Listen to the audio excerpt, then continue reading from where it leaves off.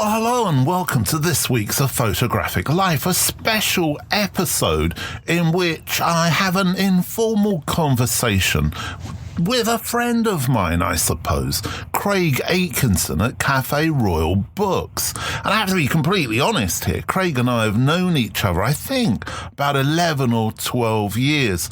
And I have to say, he's introduced me to lots of different photographers, and I was able to introduce him to the photographer Jim Mortram as well. So a really kind of a mutual beneficial relationship, I hope. Well, I think what's really interesting is that every week we hear from photographers talking about their work. But on this podcast, we hear less from people who are involved with photography, but who aren't actually photographers themselves. Hence the start of this very kind of informal, irregular series of conversations with people engaged with photography who aren't photographers. So I hope you are aware of Cafe Royal Books and Craig, but if not, let me just give you a bit of background. So Craig's based in Southport in England, and he's a senior lecturer and researcher at the University of Central Lancashire in art, not in photography. He founded Cafe Royal Books in 2005, and new booklets are published frequently, typically one per week, and in short runs of 250 copies, which are sold both directly and through bookshops in the UK, Europe, USA, Australia, Japan, Canada, and Switzerland.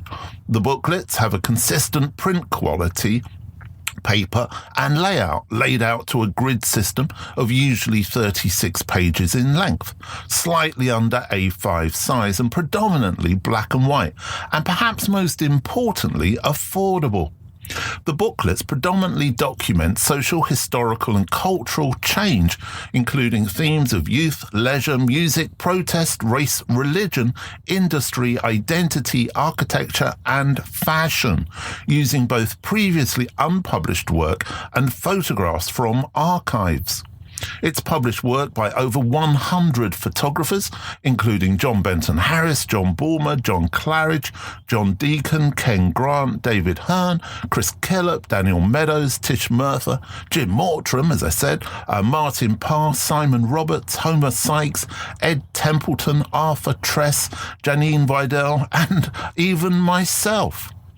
In 2022, Cafe Royal Books held a retrospective exhibition titled Cafe Royal Books, Documentary Zines and Subversion, of 500 publications and 127 prints of work from those books at the Martin Parr Foundation. So that's a little bit of background on Craig and Cafe Royal Books. Let's have a listen, shall we, to the conversation we had. So, Craig, welcome to A Photographic Life. Welcome back. Last on in episode 12, a long time ago. So, you and I have known each other, I checked, roughly 10 years, because I first came across you and Cafe Royal Books back in 2013 when you were still hand numbering the books. That's right. Yeah, it was. Where was it? The Bristol Book Fair, I think, wasn't it? Yeah, I think it might have been. I don't know, but and I can remember recommending Jim Mortram to you. That's right. Well, yeah, early days. Yeah. So 10 years, quite a long time, a decade, and Cafe Royal Books has really progressed. Yeah, it has. It's changed and sort of become busier and more of a thing, I suppose. 2012 was when I started to make a book each week. So it's kind of, that's when it started to get busy, I suppose, and it's kind of developed since then. But yeah, things have come on. But was there a plan? No, bits maybe. There was there's like bits of plans along the way, which were sort of kind of key points, I suppose. I was going to say decisive moments, but I thought, no. Avoid that. That's right. From the start, the plan was to make art accessible to a wider audience. and perhaps not to rely on the gallery. So that was in 2005. 2012 was when I decided that I could manage to make a book a week, and it was when I decided that most of the books that I published would be photographic and of a type of photograph, I suppose. So it was sort of a big time in terms of change, but it wasn't really a plan. It was like it was more of a that's what I'm going to do now. So it's not forward thinking in any way, really. I think, and you may not like this, but I think you're a hugely important person in British photography today. And yet, of course, you don't own a camera. You lecture art and not photography. What's that all about? Well, photography is my background is fine art. That's what I studied. It's what I do to an extent still. And then from that, I went through sort of artist multiples and editions and into publishing. So that's where it's come from. Photography for me this is going back 10 years, isn't it, to the last one? But I sort of use photography in a way, whether I'm taking it, whether I'm making photographs or whether I'm publishing them or exhibiting them or what it might be. I don't see myself as someone who is involved in photography that much in a weird. I mean, it's very nice what you've just said, but I sort of see what I do as a collector in a way. I suppose curator, if you want. I don't really. It's not a term that I use, but a collector, sort of gatherer, hoarder of this, an organizer, maybe in some respects. Maybe a historian as well. Maybe a historian, yeah. Although, yeah, maybe I probably don't have a deep enough knowledge to be called a historian. I don't know. I've always liked working sort of between genres or making stuff that's not definable in a straightforward way. So yeah, photography. I don't know. That's just one sort of thing, I suppose. And I suppose an example is when I do book fairs. Some will be photo book fairs, some will be artist book fairs, some will be zine fairs, and so on. The things that I make kind of this sounds all very boasty. It's not. The things that I make kind of work across those, but they don't fit into any of them, if that makes sense. But it's like being the observer on the outside looking in, isn't it? Yeah, maybe. Yeah. I just sort of make these things, and it's kind of, I enjoy doing it, so I carry on. But I've not owned a camera for a long time because people will hate this, I suppose. But for me, a phone camera's fine. It does enough. I'm terrible with decisions. So when I have had a camera in the past, an interchangeable lens camera, it just causes more problems because I can never decide which, I might use a 50mm, might use a 35, might use a 1, whatever. And I can never decide which I like best or which is more suitable. So to take all those decisions away and just have something in your pocket that takes a picture, it's not, the quality's never going to be like a kind of medium format or anything, but it does the job and it's okay. And for what I need, that's fine. I tend to just take pictures of the family now. It's I don't have a huge amount of time for other things. Apart from the dog. Apart from it, well, that's family. Yeah. But it's interesting. You said that about not making decisions. I mean, there's a couple of things I think that there's real kind of synchronicity between what I've done over the last 10 years with the podcast and what you've done with the book, because both of us have been trying to put something out every week. And I don't think people realize just how committed you have to be to do that. Yeah. I mean, it's a sort of huge decision to decide to do that. And I think once you've made that decision and you know that you maybe have to cut other things out to make that happen, then you sort of fit things in. It's like when my wife and I always sort of think back to before we had kids, and we wouldn't change anything for the world that has happened since then. But before you have kids, you think, oh, I'm so busy, and it's kind of, and then you have your first maybe, and you think, yeah, maybe I wasn't that busy. And then you have the second, you think, geez, this kind. So, and it kind of, I'm sure not everybody finds that, but we certainly did. But you sort of fit things in. You just do it, really, don't you? It's as long as you're enjoying it, I think that's kind of all right. I mean, I sort of decided way back when I thought about doing one of these a week that probably I don't need to watch as much telly as I do. Probably some of the things that I read aren't that good anyway, so I won't do that. And you can sort of think you can identify things that you don't need to do that you probably do. Going out every week when I was that age, it's like once every 6 months, if that now. But I don't. That's fine. And so all that time you gather and you can do the thing every week that you want to do, and it kind of works. But also you get confident, don't you, in the ways of working? Yeah, I think so. And it becomes a kind of fun routine. And I guess your podcasts are similar in a way. I mean, the books are the same format each week, although the contents differ weekly, and the layout and so on. But the parameters are there, the format, the edition size, the design. So it's, I mean, if someone could take away all decisions from my life, I would find things. Some people would find it really dull, but I'd find it really kind of freeing in a way, because I have that sort of decision fatigue, people call it. I find it sort of difficult. And sometimes it can be perceived. I mean, you've developed a profile now with Cafe Raw Books, and that can sometimes be seen by as ego, but it couldn't be further from the truth, could it? Well, yeah, I hope so. Cafe Raw's sort of known, I suppose, now, and it's known for doing a thing, which is fine. And it, in some ways, that could be quite tying, but I've tied myself to doing that thing anyway, so that doesn't matter. It's quite, it's good, I suppose. People know about it, people have heard about it, and the more books that are released, the more people are aware of it. But more importantly, the more people see the photographs that are being published and become aware of them, that perhaps they weren't aware of, or the photographer of.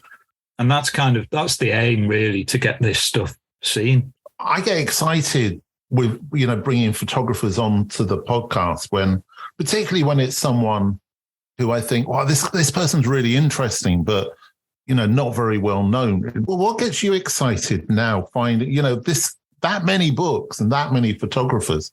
What gets you really excited with a project or one of the books coming out? Yeah, I mean, that thing about unseen or unheard that's important. I think that to me anyway. I like kind of coming across work that maybe no one's ever seen apart from a photographer.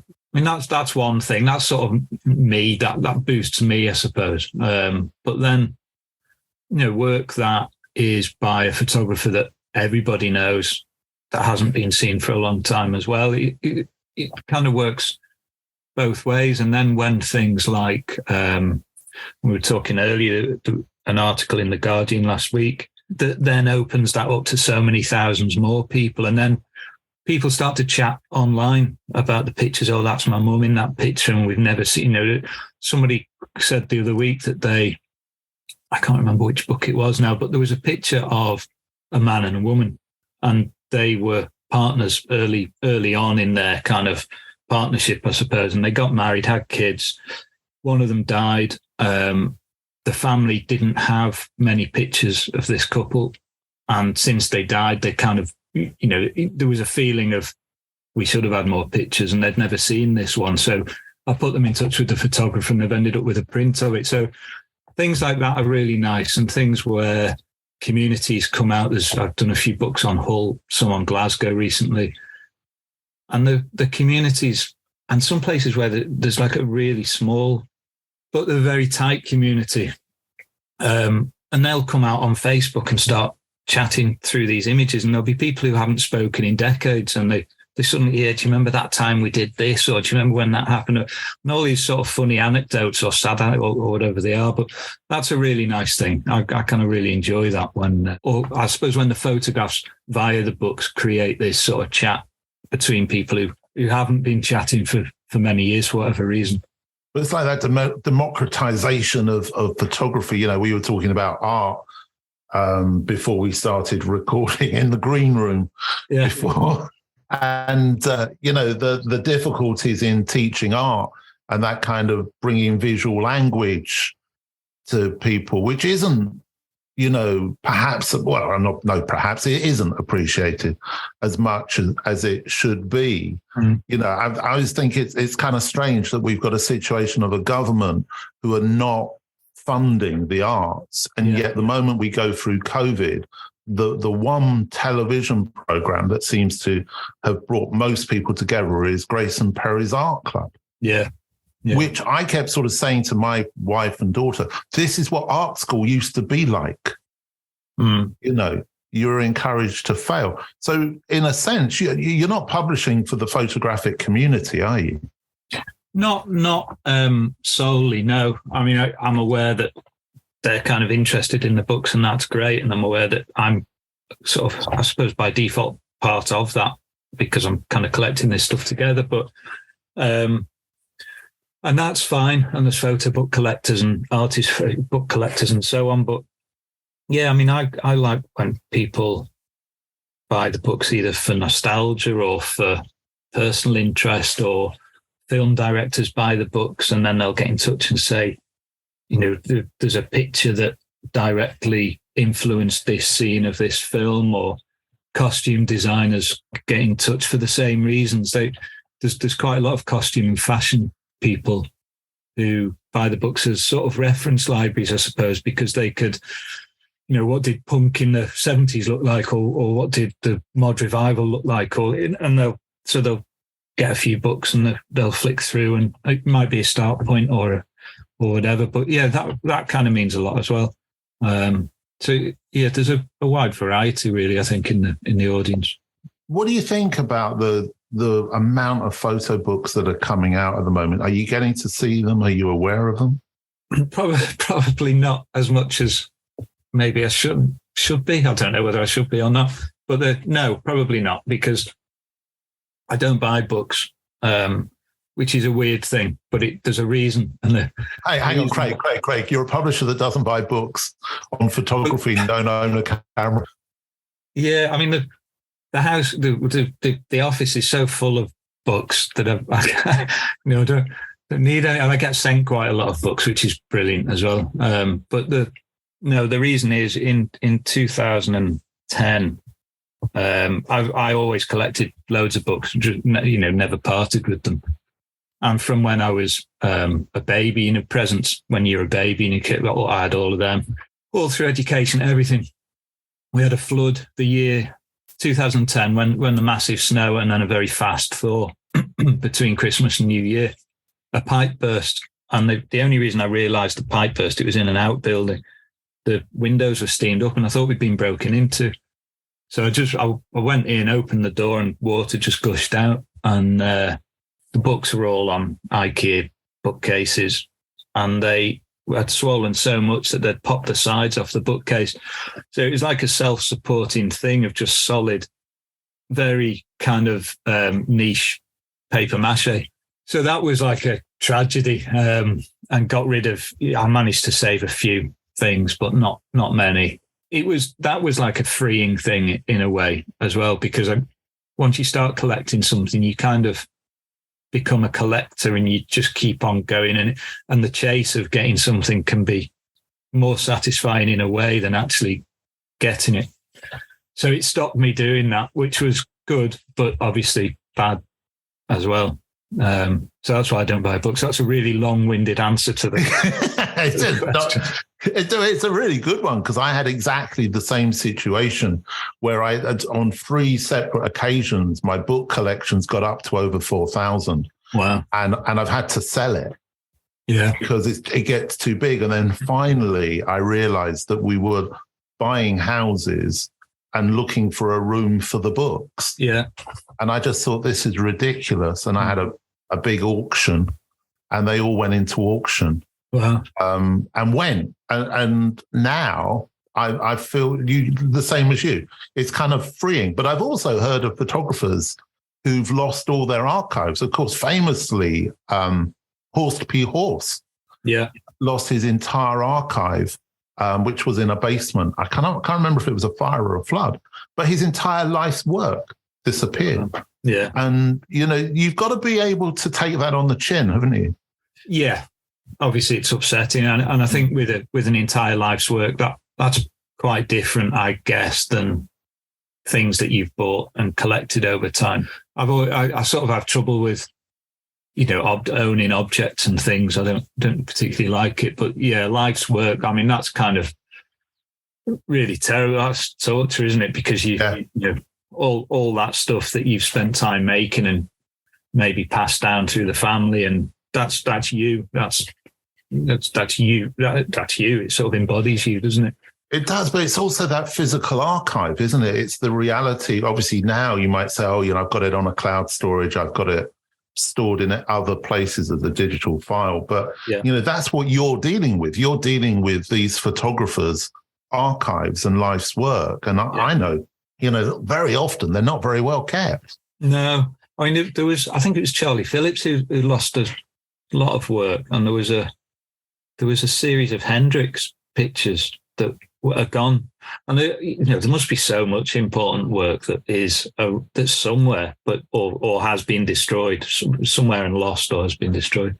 Are you getting a lot of people contacting you with, I've got an archive or I've got work that's great? I mean, what's the kind of breakdown of stuff you get contacted with that's good, and stuff that's maybe not as well considered to publish? I get sort of between 3 and 5 a day. At the moment, it's more, again, I think because of the Guardian article, but of that, there's probably 2 or 3 a day, which is work that I wouldn't publish, not because I don't value it or like it or whatever. It's just that Cafe Royal wouldn't publish it. It's not the kind of thing that I like. You're now talking about yourself in the third person. Well, I mean, I suppose I have to in a way. Yeah, I suppose I try to distance myself from I hate the idea of talking about brands, but it kind of is, because it has an identity, sort of like you said before. But there's things that I like. There's work. There was somebody sent some stuff yesterday. He was a member of a band through the 90s, and the pictures that he took whilst on the road, the brilliant film cameras, just really obscure, kind of through America, through Europe, through the UK. But I wouldn't publish it because it doesn't work with the kind of thing, which is why I set up the World Series for little bits of other work. But so of the things that I get sent, there's probably a couple of things that I wouldn't publish, a couple that I would, that I have to think about. Have I got other books coming that are around the same subject? How many I've already had? And it's kind of, doing one a week is a lot, but it's a limit as well. It's, there's only so many books about the miners' strike that I could publish in a year, because otherwise, I'm not a miners' strike photography publisher. So there's lots of things, sort of logistics, that I kind of would either prevent or make a submission happen, I suppose. But also, I remember that there was a long waiting list. I mean, when I talk to people to come on the podcast, they're always surprised when I say to them, well, I'm now booked until, 6 or 7 months in advance, which is what I am. And it's a similar thing for you, isn't it? Have you still got that situation? Yeah, it's about 18 months. I've got a list of sort of forthcoming titles. I keep this spreadsheet, which if that ever went, that would be like the archive thing going. But it's about 18 months. There's some that sometimes get brought forward or come sooner if the photographer's got an exhibition or a talk or something. Then there's certain shuffling that goes on. But that's the time frame normally. You give a lot of say to the photographers. You allow them to kind of put input into the covers and whatever. I know when you did my book, I wanted you to do it. I didn't want to get involved because it's always nice to have a fresh pair of eyes. Yeah. And I think that's something a lot of photographers have a real problem with, that idea of kind of letting go. What's your kind of experience of that? Yeah, there's a whole sort of spectrum of that. One is that someone, the most that I've been sent for one, but they're all 36 pages thereabouts. Someone sent 1,400 pictures for one 36-page book and said, do what you want. And which is brilliant. You know, I always say, what better way? Well, there's not much of a better way to spend your day than looking at pictures. It's kind of great. Other people send 36 pictures or 36 pages and say, this is how it is. This will be the title, which is fine as well. Sometimes we sort of discuss a bit and say, well, actually, that maybe won't work so well on the cover, or, you know, what does that picture say about Edinburgh in 1968? Doesn't really, but in amongst the others, it works brilliantly. So we'll put this one on the cover instead. There's lots of little things, but yeah, there's some photographers will say, you know, do what you want, like you, kind of happy to hand it over, and that's brilliant. I kind of really enjoy the sort of fun of sequencing and editing. Some sets of work they'll only really make sense within the date that they're shot, so it kind of has to be a chronological sequence. Some might be geographical or whatever. You know, if it's of a place that I don't know, then the photographer will have to tell me the geography of the area or the order of the day or whatever it might be. But if it's a sort of more disparate set of work that's maybe, I don't know, for example, London in the 1970s, that's massive. There's no order to those pictures. It's a decade of London. So you can have some fun with placement and kind of sequence then and kind of bring things up and down a bit of rhythm. But you've got a niche now. You know, you're the guy. You're the one who's doing this. Are you surprised that no one else has kind of moved onto the turf or thought it was a good idea to do? I don't know. I mean, other people make sort of similar publications, I suppose, but each have found their own bit, which is great. It's a really nice way to work. I sort of always put more value in these little books or zines than I do in coffee table books. They always feel more precious to me. And I think other people maybe do it for the same reason, or do it because it's an affordable way of publishing or whatever it might be. I don't know, really. I don't know if I'm surprised or not. I think that there are other people who do it as well, similar work, or maybe not quite as frequent. No one is as frequent. I mean, that's the thing, isn't it? I mean, when you set up that you're going to do it once every week, you know, that you really are setting. I find it I find it much easier to do it once a week. I think if I wasn't going to do it once a week, I'd get distracted. So it's a nice structure to work to. Yeah, it is. And I think if you know that people are sort of almost waiting for the next one, or you know that there's an audience, I suppose, that makes you do it as well. So I think if it was me just doing it for me, it's like going for a run. I tried to go for a run in the morning, and there's some mornings I just think, no, I don't know. But if there was somebody waiting for me at the end of the run that I had to get something to, I'd have to go for a run. I play squash, and I have to play squash because I've got to play against someone else. Exactly right, yeah. You know, so they're waiting there to beat me and chase me around a white room with a rubber ball. Yeah, brilliant. Which is what it basically ends up as.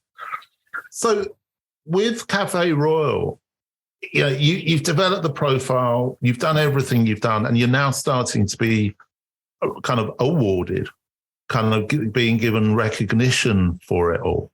But do you think that there is a point at which you're going to run out of the work or the archives, or feel that actually, you know, does it ever get repetitive?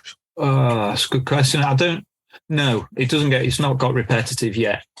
And even when it does, there's times when people submit pictures, and just this week, actually, someone has sent me some pictures which are amazing, and I'm really looking forward to publishing it. Virginia Turbot, her mod and punk pictures, just absolutely brilliant. And there's a couple of pictures that are of the same gig that I've published of Sid Shelton in his Rock Against Racism book. And they must have been feet apart, but the style of the photograph, the way it's been taken, probably the lens, there's enough difference to make it make sense within another set of work. So there is repetition, but it's good. It kind of takes you into the detail. It takes you into the detail, and it's stuff that, it's not like it's the week after that I've published this. It's such a tiny, it's like one image in amongst millions. So there is that. In terms of, is there enough work? I don't know. There's 18 months planned. There's no shortage of submissions, and there's work that I'd like to publish that I'm trying to sort of chase a bit. If it finishes, it finishes. I don't know. You'd have to make a decision. Well, maybe, or speak to photographers about reprints and things, which, we reprint things now anyway, sometimes. Even if the photographs stop, which I don't think, if you think about all the pictures that have been taken between 1960 and 2000, it's probably not as many pictures that have been taken so far today, but there's still a lot. I don't think it'll ever run out. But if it does, then maybe that'll be when people who are being born now are 18 and getting interested in social history and photography and pictures of things that predated them. Maybe they'll be interested in the books. So it might keep the books going even if there's no new ones. And off the top of your head, without looking at your spreadsheet, how many have you published up until today? Of these photography ones, there are about 700 sort of first edition titles. There's lots of reprints as well, but there's getting towards 700, and I only know that because the Archive 6 is almost ready, and that's 600 and way into the next one. Wow, it makes my collection of 60 rather small in comparison, but it does also raise the point of them as collector's items, of people spending big money on those early ones. Yeah, some do. Yeah, and I think I've seen some on eBay for sort of crazy prices as well, which people have asked me in the past if that annoys me, but why get annoyed by it? It doesn't annoy me. So I just think, well, good luck to the seller and good luck to someone who wants to spend £100 on a zine that maybe cost a £5. I don't know. I'm not sort of in it for a collector's kind of market really, but I'm aware that there are some. It's strange though, isn't it, how it takes on that other life after you've kind of given birth to it. Yeah, it is. But I think you have to sort of let go in a way. You kind of can't control that. You'd spend so much time trying that I don't think it would benefit you, or you'd lose the will, I think. And finally, nearly 700 books, all of those photographers, and a lot of the photographers you've brought back to life. I mean, there are a lot of photographers who have gained recognition through the books, whereas perhaps their names weren't so known anymore. They may have, I've discovered photographers through what you've done. Yeah. And yet, what I think is kind of interesting is that I don't see a lot of photographers adopting those kinds of ways of working or those kinds of aesthetics within British photography. I think a lot of American photography is really looking backwards at the minute and thinking, okay, what is our heritage, and using that to inform the work they're making. But apart from, funnily enough, Jim Mortram, right. In particular, I don't see a lot of British photographers doing that kind of work. Why do you think that is? Or am I wrong? Are you seeing? Well, kind of making sort of humanist work. Yeah. I don't know. I don't know the answer, I suppose, but I think there seems to be trends, don't there? I think maybe 10 years ago there was like a trend for sort of sculptural photography, or a trend for kind of abstract photography, and I think once there's the slightest bit of a trend, either in the media or through fashion or through magazine or whatever it might be, more people kind of either jump on it or get involved with it, and especially through education. And then as people get into things in education, maybe they graduate and they're into that thing, and that's how they become known for working. So they're sort of fixed in that. I don't know. I think there's maybe that, and maybe there's a risk to it as well. There's that kind of working. There's no. Is there anybody commissioning people to work like that anymore? So there's the press, the Sunday supplements, all the things that used to fly photographers around the world to document something or somewhere, or even not the world, maybe locally. They exist, but so budgets are so tiny. If there is one, it takes some dedication and risk to make work like that, and then try and pitch it to someone, because you've had to spend so long doing it at your own expense. So I think maybe there's all that involved. It's like the culture of the world. It's maybe not fast enough. There's people on Instagram posting what's going on all over the world all the time anyway. So it's frames of mind might be, well, do we need to commission a photographer to do this? So it's kind of interesting because you're bringing slow work and you're bringing it to people quickly. Yeah. Yeah. Yeah. I mean, it is slow. It's long form documentary, isn't it? Much of it. Yeah. But you're right. That's exactly what Jim does.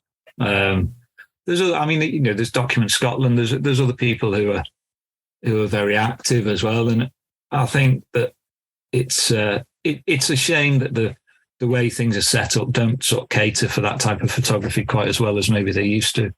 Yeah, it would be interesting to go forward and create Cafe Raw books in 2050.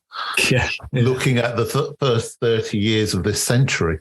I wonder what it would look like. Yeah, chaos probably. I think that's a good place to end it. Listen, Craig, thanks very much for the chat today, and the first of these kind of informal conversations with people involved in photography who don't own cameras, who are involved in publishing but don't own books. Brilliant. Thanks very much, Grant. Take care, mate. Cheers. Bye. Cheers. Thank you once again there to Craig for joining us on this episode. I hope you enjoyed it. There'll be another one at some point, at some time, with someone. Who knows when or where. All I know is I'm going to take care.